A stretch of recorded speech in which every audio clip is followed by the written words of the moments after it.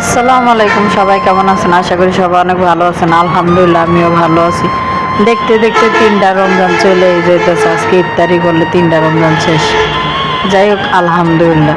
তো এইখানে আমি বেসন আগেই ভিজিয়ে রাখছিলাম একটু পানি দিয়া। তো এইখানে সব কিছু দিয়ে নিতেছি। আর আমি মরিচটা অল্প দিয়েছি, কারণ আমার সাজিতেও একটু খাই কারণে। আর যাই হোক এইখানে আমি স্ট্যান্ডটা সোজা করে রাখছিলাম, বাঁকা হয়ে গেছে। আমার সাজিতে হলে স্ট্যান্ডটা ভাঙা ফেলাইছে। যাই হোক আপনারা সবাই আমার ভিডিওগুলো দেখবেন।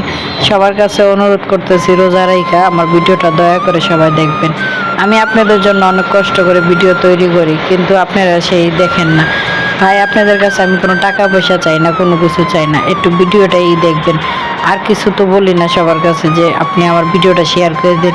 জানি আপনারা কেউ আমার ভিডিও শেয়ার করবেন না, তারপরেও আপনারা ভিডিওটা দেখেন, আমার অনুরোধ করতেছে। যাই হোক এইখানে ইফতারি বানাইতেছিলাম। তো সাজিদের বাবা আমার বলতেছিল যে আজকে সকালে আমি আজকে আসবো না, আমি একটু ঢাকা যাব।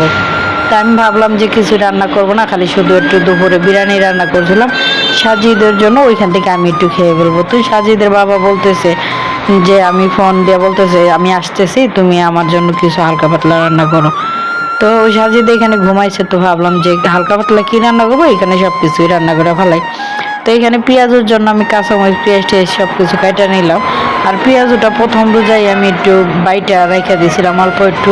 তো সেটাই আমরা মেয়েরা ভাই সব জায়গায় অবহেলিত হই, শ্বশুর বাড়িতে হই, বাবা মার বাড়িতে হই, আত্মীয় স্বজনের কাছে হই, ওই প্রিয় মানুষটার কাছেও অবহেলা পাই। আমরা মেয়েরাই এরকম ভাই, ভাগ্য যদি আল্লাহ পাক ভালো না রেখে বা লেখে তাহলে কিন্তু সারা জীবন কষ্ট পাইতে হয়, এটাই বাস্তব, মাইনা নিতে হইব। শ্বশুর বাড়িতে যদি ভালোভাবে কাজ না করতে পারি, আমার মতো খারাপ কোনো বউই নাই।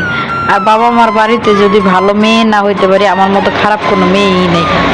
আর আত্মীয় স্বজন তো নাই বললাম, স্বামীর বাড়ি থেকে যদি কোনো কিছু না দিতে পারে, তার মতো খারাপ কেউই নাই। যাই হোক সব মিলিয়ে একটা সংসার করতে হয়।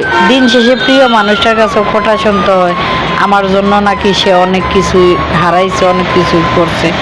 যাই হোক কারো ফ্যামিলির সাথে যদি মিলে যায় আমাকে ক্ষমা করে দেবেন। যাই হোক অনেকের ফ্যামিলিতে এরকম অশান্তি সৃষ্টি লাগেই থাকে, আমাদের ফ্যামিলিতেও আছে অল্প অল্প আর কি। যাই হোক এত কিছু নাই বললাম।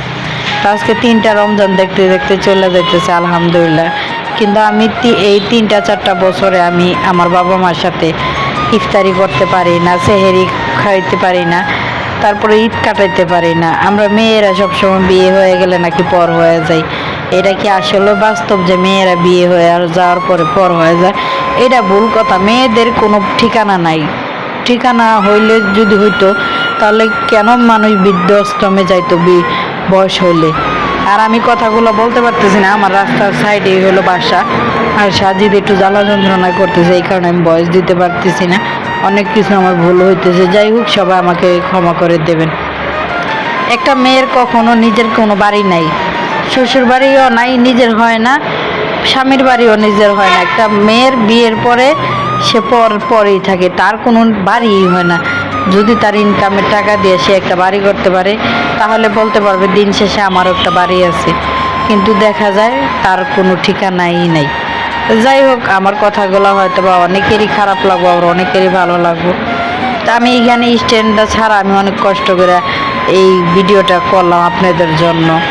আর সবাই আমার ভিডিওটা দেখবেন। দেখেন আমি অনেক কষ্ট করে কিন্তু ভিডিও তৈরি করি কিছু করার জন্য। আমার জীবনে খুব ইচ্ছা যে আমি অসহায় মানুষদের পাশে দাঁড়ানোর জন্য।